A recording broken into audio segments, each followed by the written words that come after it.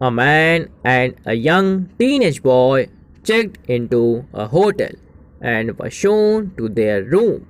The receptionist noted the quiet manner of the guest and the pale appearance of the boy. Later, the man and boy ate the dinner in the hotel restaurant.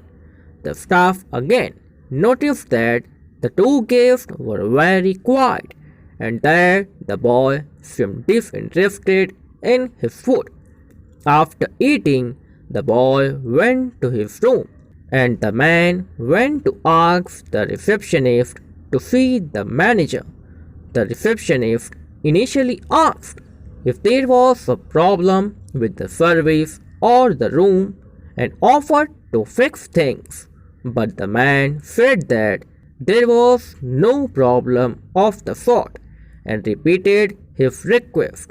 When the manager appeared, he took him aside and explained that he was spending the night in the hotel with his 14-year-old son, who was seriously ill, probably terminally so. The boy was very soon to undergo therapy, which would cause him to lose his hair. They had come to the hotel to have a break together, and also because the boy planned to shave his head that night rather than feel that the illness was beating him.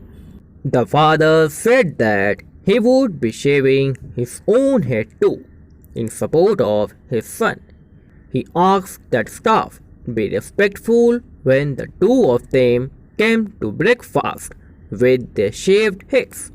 The manager assured the father that he would inform all staff and that they would behave appropriately. The following morning, the father and son entered the restaurant for breakfast. There they saw the four male restaurant staff attending to their duties perfect normally, all with shaved heads. No matter what business you are in, you can help people and you can make a difference.